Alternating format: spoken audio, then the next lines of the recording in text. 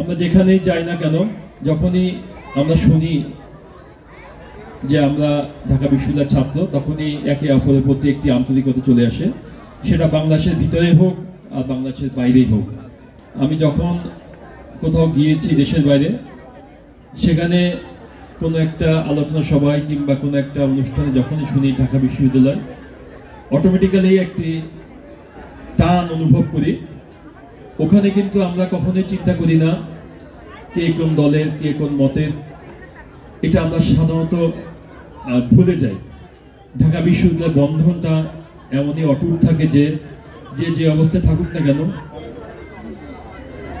সম্পূর্ণভাবেই একটি আন্তরিকতাপূর্ণ সম্পর্ক বিরাজমান থাকে।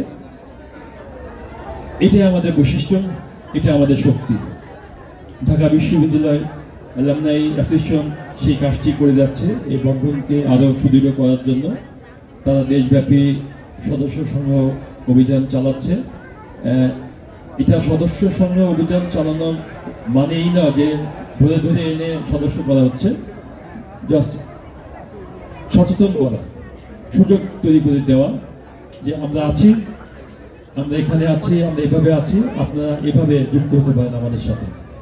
আমরা সবাই ব্যস্ত মানুষ, যে যার অবস্থান থেকে, তবু কাজের ফাঁকে যখন আমরা এই টাইপের একটি অনুষ্ঠান পাই, তখন আমরা ছুটে আসি। কিছুটা হলেও আমাদের পরিবারকে নিয়ে আমাদের সেই স্মৃতিতে, যে স্মৃতি আমরা ফেলে এসেছি, সেখানে চলে যেতে চাই। আমাদের সন্তানকে আমরা দেখাতে চাই, শেখাতে চাই যে আমরা কিভাবে, কি অবস্থায় ছিলাম, কি অবস্থায় পার করে আমরা আজ এখানে এসেছি। বক্তব্য আর দীর্ঘায়িত করবো না, শুধু বলবো যে আজকের দিনটা শুধুই হবে স্মৃতিচারণের দিন, এবং স্মৃতিচারণের মাধ্যমেই আমরা আমার অতীতে ফিরে যাব এবং সুন্দর মুহূর্তগুলো আজকে আমরা কাটাবো।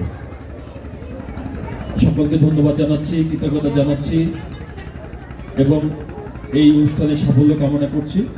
আপনারা সবাই সুন্দর থাকবেন, সুস্থ থাকবেন, আগামী দিনটা যাতে সুন্দর হয়, সুস্থ হয়, আমরা সবাই এই দোয়াই করি। সকলকে ধন্যবাদ। আল্লাহ হাফেজ, বাংলাদেশ জিন্দাবাদ। এবং সেই সাথে আজকের অনুষ্ঠানের আমরা শুভ উদ্বোধন ঘোষণা করছি। ধন্যবাদ সকলকে। আসসালামু আলাইকুম। ধন্যবাদ।